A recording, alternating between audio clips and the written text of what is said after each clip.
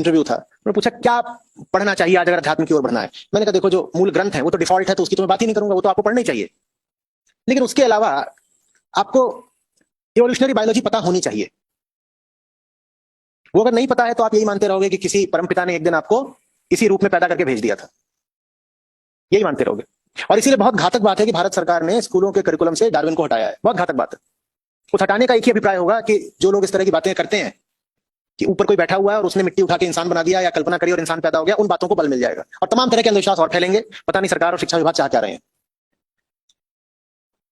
वो बात पता होनी चाहिए। आपको पता है अंधविश्वासों को, भूत प्रेत को हटाने के लिए एक क्षेत्र उठ रहा है रिसर्च का, उसको बोलते हैं न्यूरो स्पिरिचुअलिटी।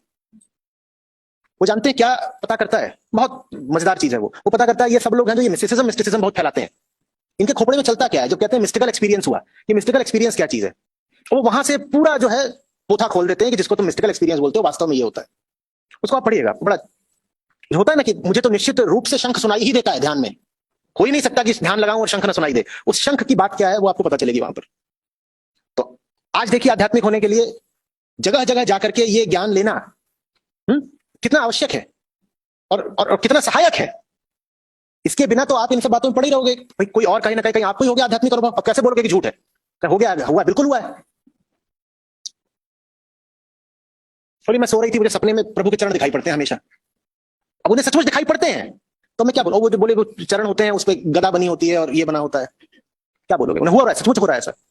और वो क्या हो रहा है ये अगर जानना है तो जाइए विज्ञान के पास, इस पर रिसर्च हो रही है और पता कर रहे हैं कि कैसे हो जाता है।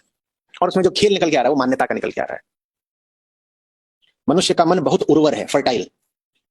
तुम्हें जिस चीज की मान्यता होती है तुम उसका अनुभव भी करना शुरू कर देते हो, ये प्लेजर प्रिंसिपल है। आप एकदम भूखे हैं, एकदम भूखे हैं, तो आप रात में एकदम हो सकता है कि लजीज खाना खाएं। कहां? सपने में। जो चीज तुम दिन भर सोचते रहते हो वो चीज तुम्हारे पास अनुभव बनकर आई जाती है, और उस वक्त जो आपको अनुभव हो रहा होता है, ये भी रिसर्च से ही सामने आया है।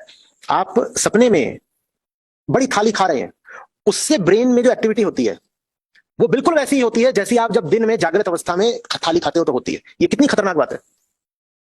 दिन में आप खा रहे हो तो पेट भर रहा है, और यहां मन में, मन ब्रेन में किसी प्रकार की एक्टिविटी होती है। वो एक्टिविटी वैज्ञानिकों ने नाप ली। आपने सचमुच खाना खाया और वो जो एक्टिविटी थी वो नाप ली गई।